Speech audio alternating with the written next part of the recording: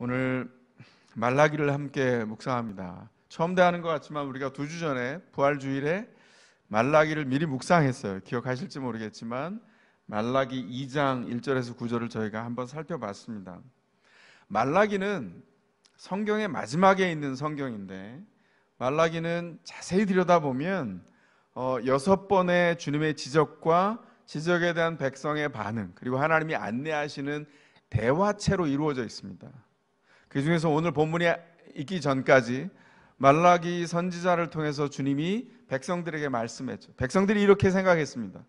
주님이 우리를 사랑하는 걸 어떻게 알아요? 사랑하시긴 하셨나요? 거기에 대해서 대답한 게 1장이고요. 그리고 1장 후반부에 제사장들이 하나님 앞에 예배를 제대로 드리지 못했습니다. 제사장들이 반문합니다. 아니, 우리가 언제 주님의 이름을 멸시했습니까? 너희가 이렇게 했다. 그 이야기를 2장 9절까지 해서 말씀하시고 이제 세 번째 질문과 답이 오늘 본문이에요. 오늘 본문은 뭐죠? 백성들이 주님을 배신했다는 겁니다. 아니, 우리가 언제 그렇게 했습니까? 물어요.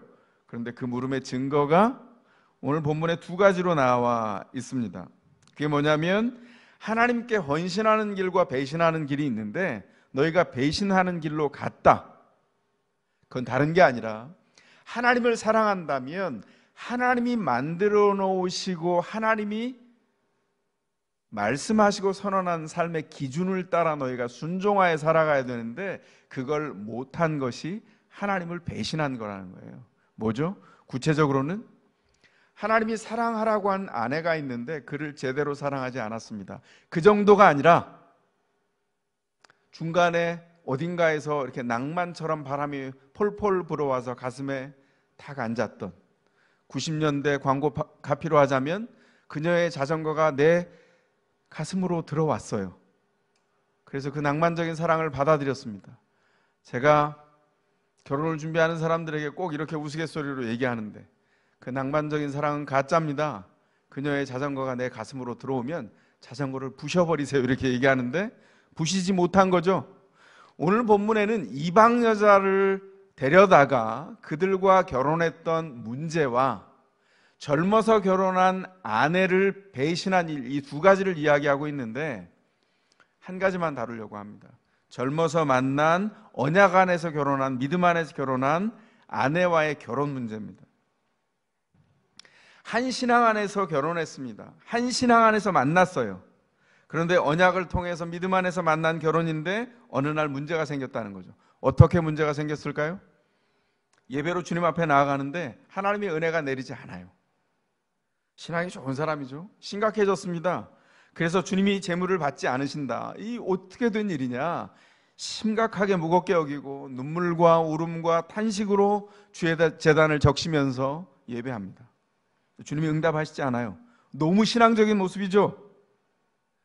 신앙적인 모습과 이 진지한 모습이 가짜에 불과하다고 성경이 얘기합니다. 성경의 기준이 까다로울까요?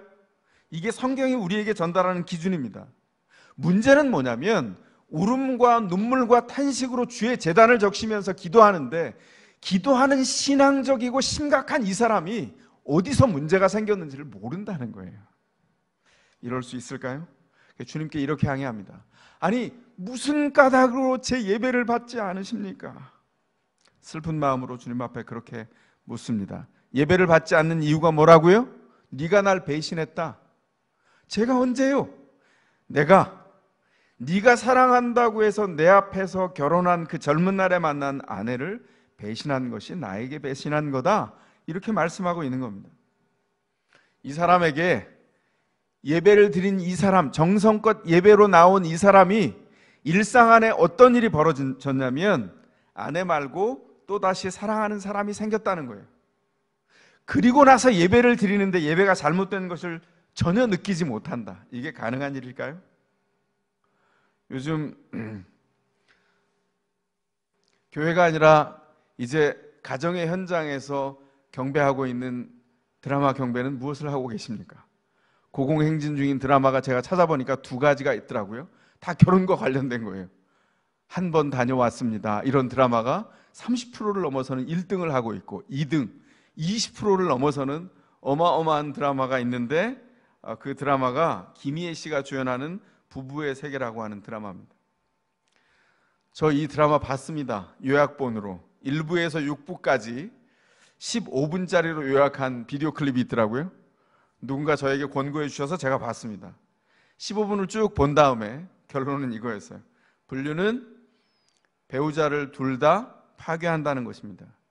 배우자 둘 다를 파괴하면 그것도 큰 문제지만 더 큰 문제는 그 다음 세대에 아직 잉태되지도 않은 가정까지도 파괴한다는 것이죠. 이 드라마가 한국 작가가 쓴 드라마가 아니에요. 이 원작이 영국 작가가 쓴 드라마입니다. 근데 그 원작을 수입해 와서 지금 드라마를 만들고 상영하는데 이렇게 인기가 높다는 거예요. 이게 의미하는 바가 뭐죠? 불륜이 가정을 파괴하는 건 영국이든 한국이든 차이가 없이 똑같다는 겁니다. 같은 이치라는 거예요. 불륜은 배우자 둘 다와 미래 가정까지도 파괴한다는 것이죠. 이 부부의 세계라고 하는 드라마의 남자 주인공이 이 드라마 속에서 이렇게 말합니다. 너무 진지한 표정으로 이렇게 말해요. 그 잘생김이 묻어나는 배우가 나는 둘 다 사랑해 이렇게 말합니다. 어떻게 생각하십니까? 주워받고 싶습니까? 잘못됐다는 뜻이죠. 그렇게 생각한다는 뜻이죠. 잘못됐다는 근거가 뭡니까? 아니, 이해가 됩니다. 이해가 된다는 근거는 뭐예요? 이런저런 생각을 다양하게 할 수 있는데 더 중요한 건 뭐냐면 그렇게 생각하는 근거가 뭐냐는 거예요. 이걸 문제라고 생각하면 이게 왜 문제가 되냐는 겁니다. 그 실마리가 말라기의 질문에 있습니다. 너희가 나를 배신했다 이렇게 말씀하실 때 10절 초반에 뭐라고 질문하시죠? 하나님이 말라기 예언자를 통해서 백성에게 우리는 모두 한 아버지를 모시고 있지 않느냐?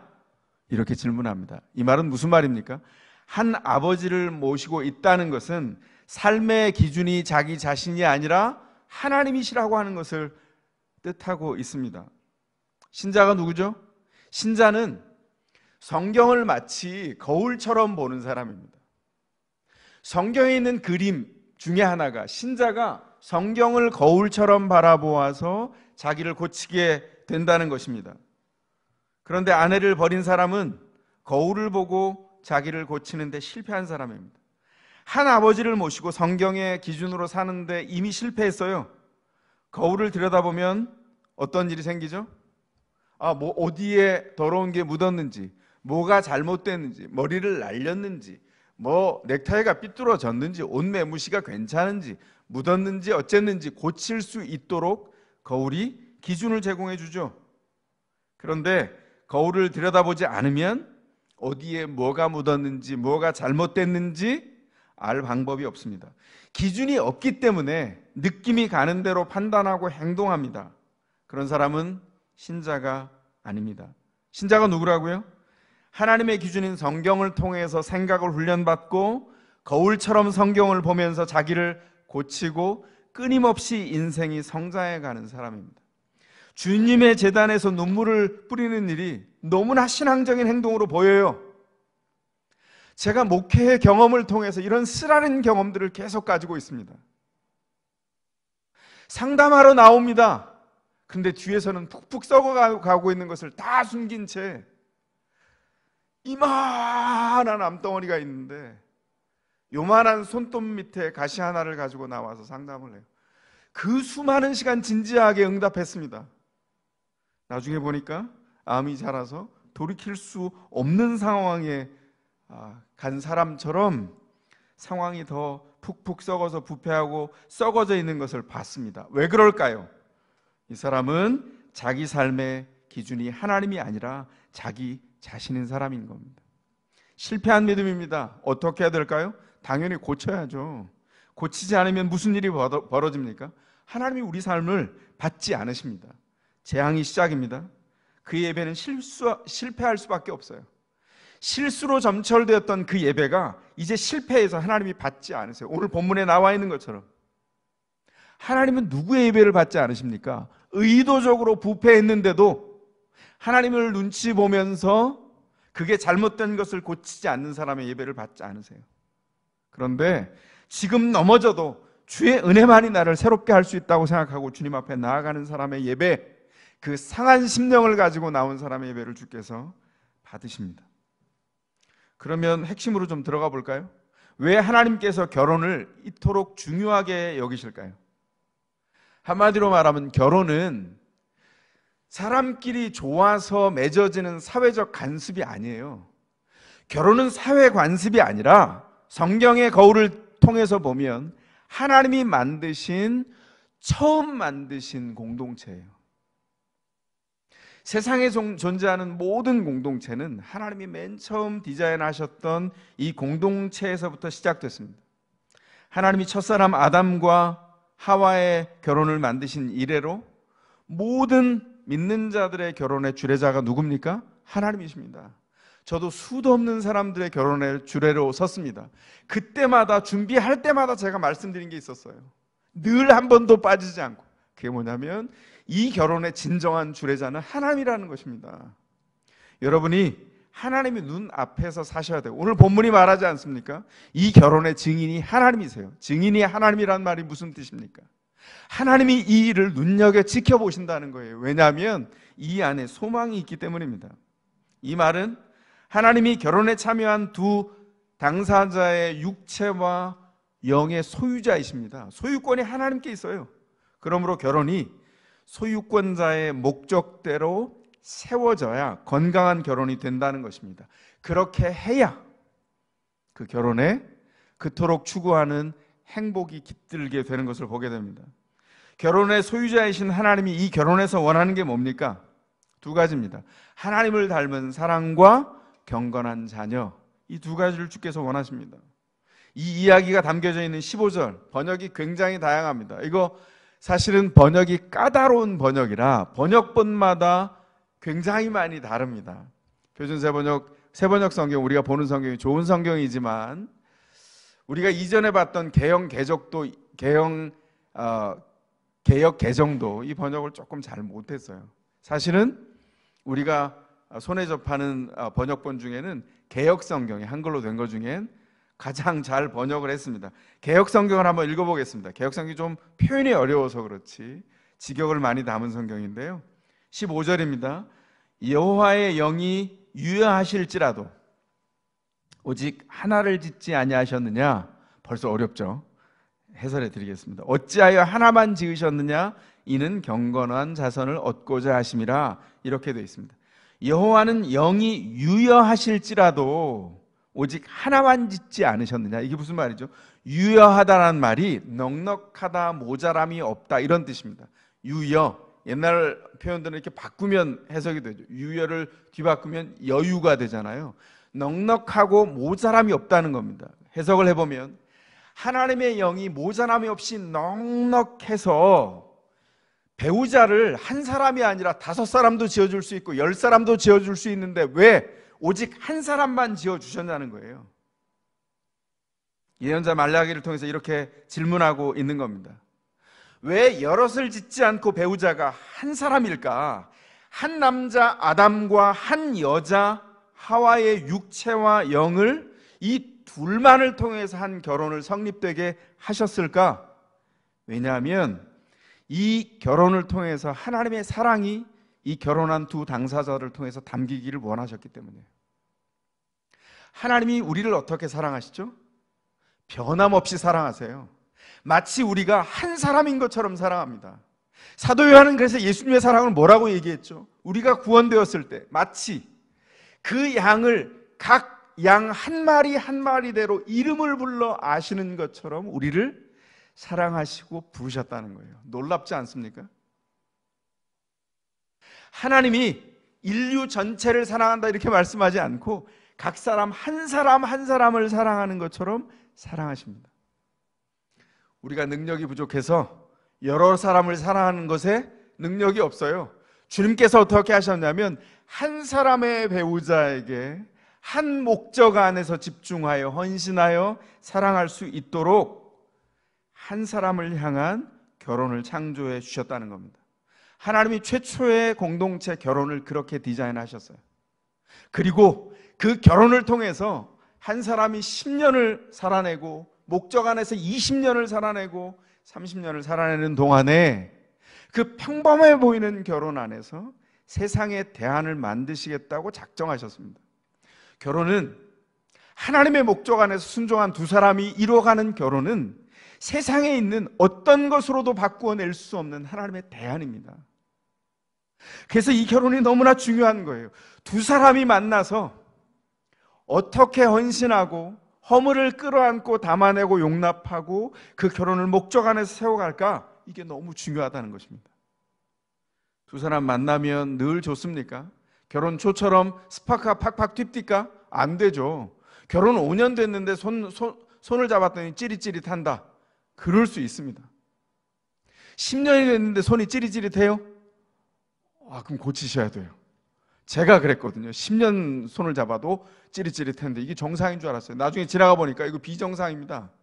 제가 말한 비정상이라는 건 있으면 누리시는데 모두가 그렇지 않아요.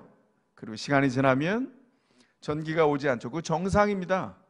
왜냐하면 남자들이 결혼을 해서 40대가 지나가면 어떤 생각이 머리를 스치냐면 이거 조심하셔야 되는데 사랑은 낭만이라고 하는 것과 등식을 만들어요.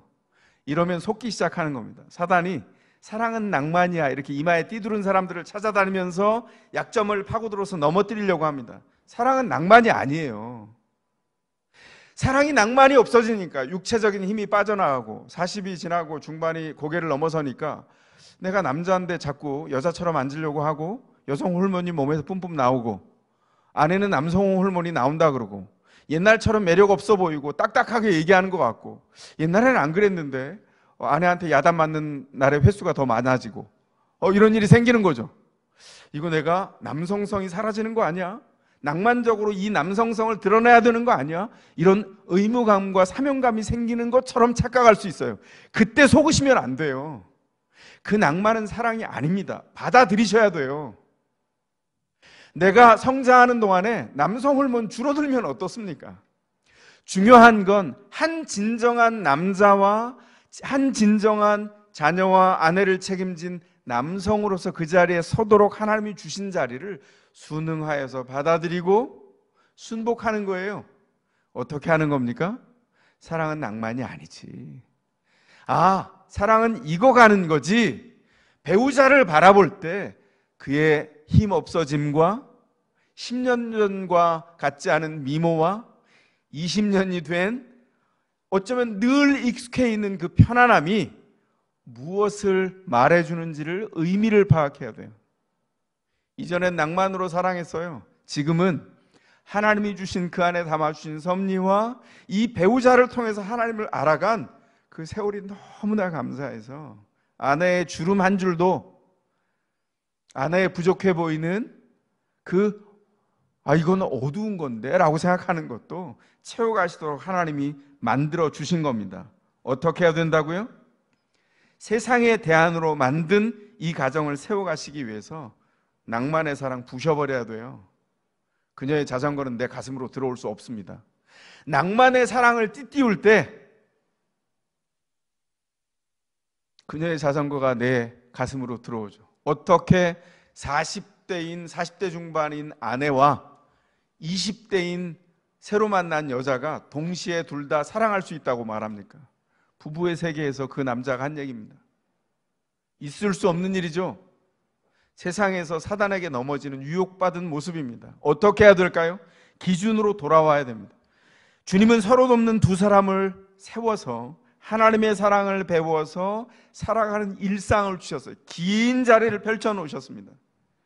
삼위 하나님을 통해서 배우고 알라는 것이죠. 그 하나님을 배워서 서로 존중하고 서로를 향해서 배신하지 않고 신뢰가 계속되도록 만들어 가셨어요. 그러니까 부부가 사랑이 조금 없어질 때 어딜 바라봐야 되죠? 삼위 하나님을 바라보는 겁니다. 성부 하나님을 향한 성자 예수님의 사랑이 어땠습니까? 하나님이 인간의 몸을 입기까지 희생이 정말 기꺼워서 내가 받아들이겠다고 우리를 사랑하셨어요. 성자 하나님이 왜 그렇게까지 희생을 감당하셨습니까? 성부 하나님의 시선이 당신이 빚고 만들어 놓은 타락한 사람들을 향하여 가 있었기 때문입니다. 성자 하나님이 손드셨어요. 그 안타까운 사랑을 이해하시고 인간의 죄로 인한 죽음을 당신이 기꺼이 짊어지고 죽기까지 그 사랑을 신뢰하여서 우리를 구원하시기로 작정하셨다고요. 성령 하나님은 무엇을 하셨나요? 그 성부 하나님의 안타까운 사랑의 의도와 성자 하나님의 그 헌신을 지지하시고 그 사랑을 우리가 누릴 수 있기까지 사람들을 지금도 주께로 이끌고 그 사랑을 맛보아 아시도록 허락된 모든 사람의 인생 가운데 찾아가셔서 내주하시고 하나님의 사랑을 주장해 가세요. 두려움을 떨치게 하시고 목적을 잃지 않도록 주님 앞에 집중하도록 성령 하나님이 우리를 변함없이 사랑하시고 함께 하십니다. 삼위 하나님이 어떻게 사랑하신다고요? 신뢰가 다함이 없습니다. 마음을 함께 합니다. 기꺼이 그 사랑하는 대상을 섬기고 헌신하는 일에 있기까지 그 사랑이 다함이 없고 변함이 없다는 거예요.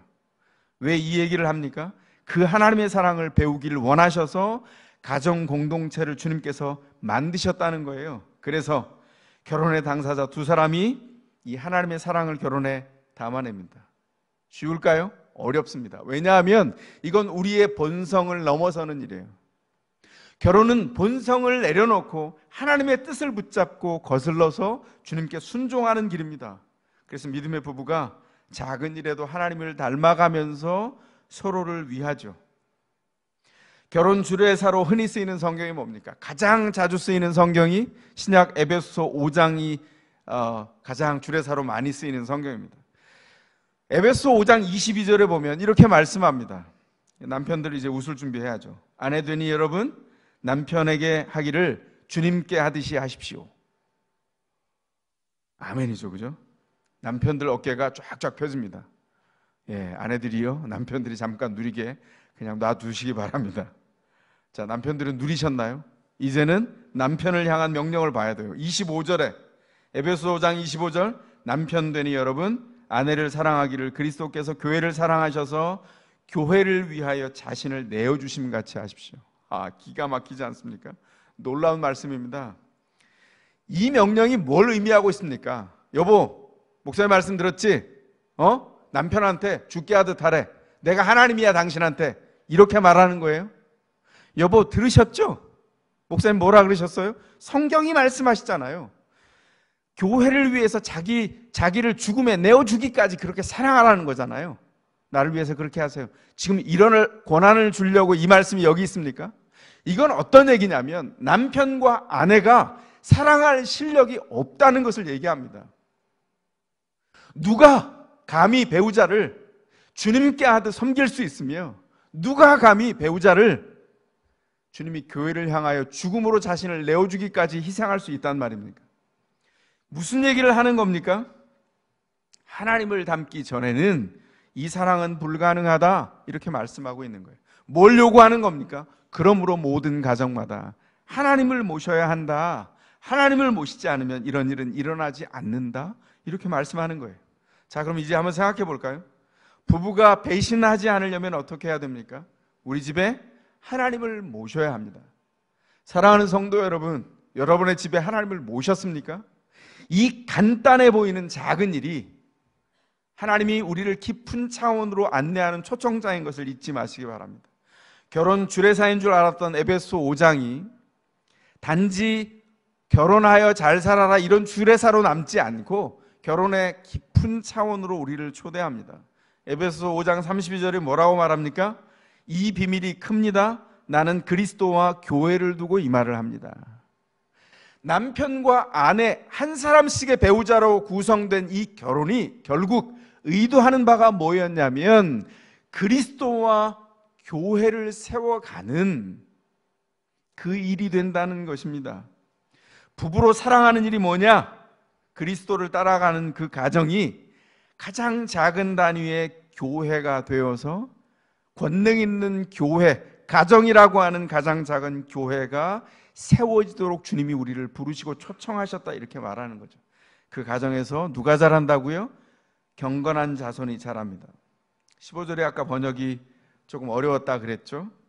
15절에 경건한 자손을 얻고자 하심이라, 이걸 직역하면 하나님의 씨를 구하신다 그런 말입니다. 하나님이 씨를 구하십니다.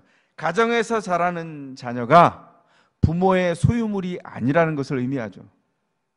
보통 우리가 자녀를 키우면서 정말 잠 못 자고 아이를 키우면서 신경 쓰기 때문에 이 아이가 내 소유같이 마치 나의 분신처럼 여기는 분들이 계세요. 자녀를 잘 키우기 위해서 마치 이 아이가 내 밖에 있는 나인 것처럼, 이 아이가 수치를 당하면 내가 너무 힘들고, 이런 분들이 있습니다. 기억하십시오. 믿음의 부모는 그렇게 자녀를 키우지 않아요. 다함이 없이 하나님의 사랑을 주지만 이 아이는 내가 아닙니다. 이 아이는 내 소유가 아니라 하나님이 따로 만드신 고귀한 인격이에요.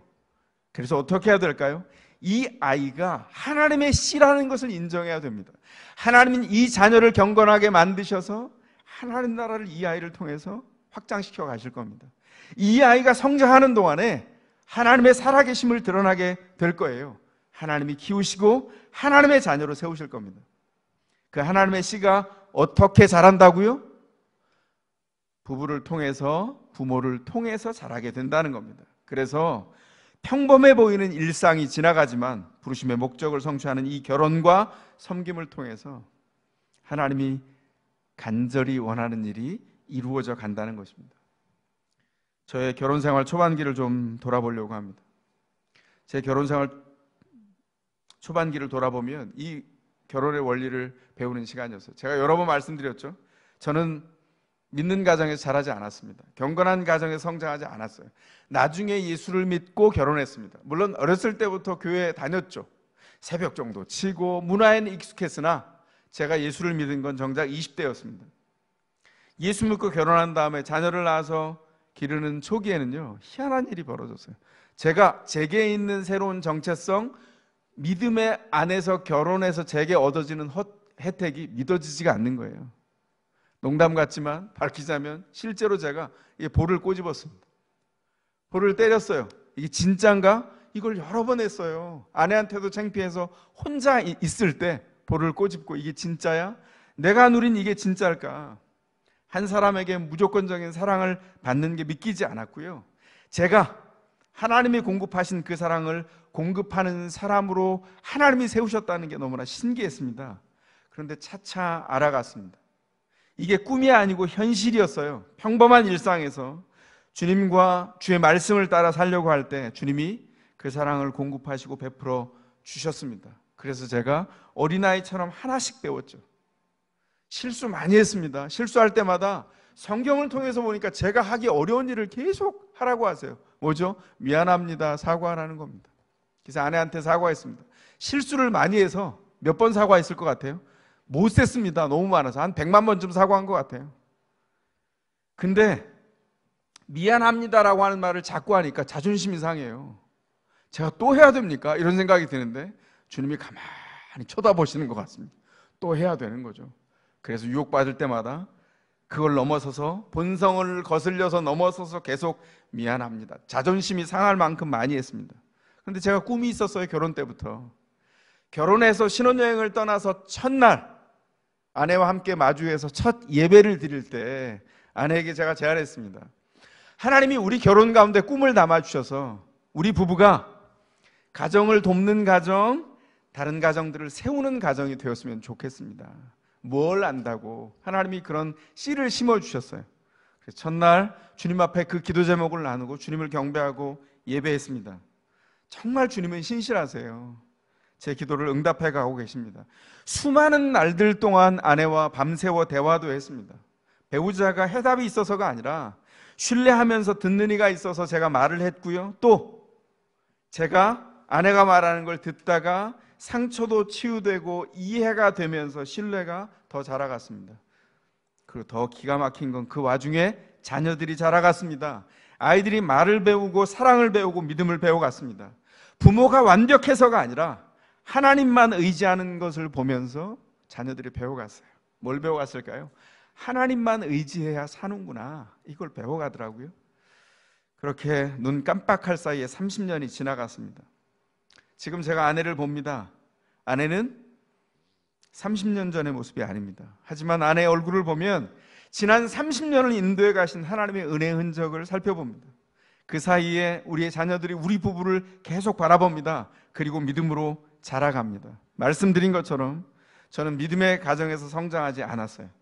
주님이 우리 가정을 통해서 뜻하신 것이 뭘까 생각해 보고 헤아려 볼 때, 부족하고 아무것도 없는 사람이라도 주님의 사랑을 배워서 믿음의 가정으로 세워가려고 한다면 주님이 신실하게 응답하시고 그 사람들이 세워간 가정을 믿음으로 세워가도록 안내하신다는 겁니다. 저는 감히 이렇게 말씀드립니다. 제가 믿음의 가정을 세워갈 수 있었다면 주께서 부르신 모든 가정이 그렇게 할 수 있다고 감히 생각합니다. 하나님의 사랑은 유효기간이 끝나지 않습니다. 주님을 따르는 모든 이에게 그 사랑을 공급하시고 그 사랑의 지혜를 허락해 주십니다. 오늘 세상이 간절히 원하는 게 있습니다. 그게 뭘까요? 바로 믿음으로 사랑하는 가정입니다. 주님이 하시는 그 사랑을 공급받아서 서로를 세우고 섬기는 가정을 세워가기를 원하세요. 그 가정이 세워져 가는 동안 그 사이에 자녀들이 자랍니다. 그 인생의 경건이 깃들어요. 그래서 말씀드립니다. 낭만적인 사랑의 유혹을 내려놓으시기 바랍니다. 구체적으로 조건 없이 섬기는 성경적인 사랑에 헌신하시기를 바랍니다.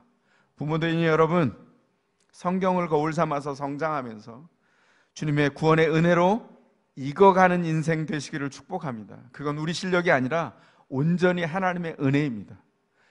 그 은혜를 붙들고 일상을 세워가시고 그 일상에 우뚝 믿음으로 서시기를 주의 이름으로 축원합니다. 가능하신 분들은 그 자리에서 일어나시겠습니다.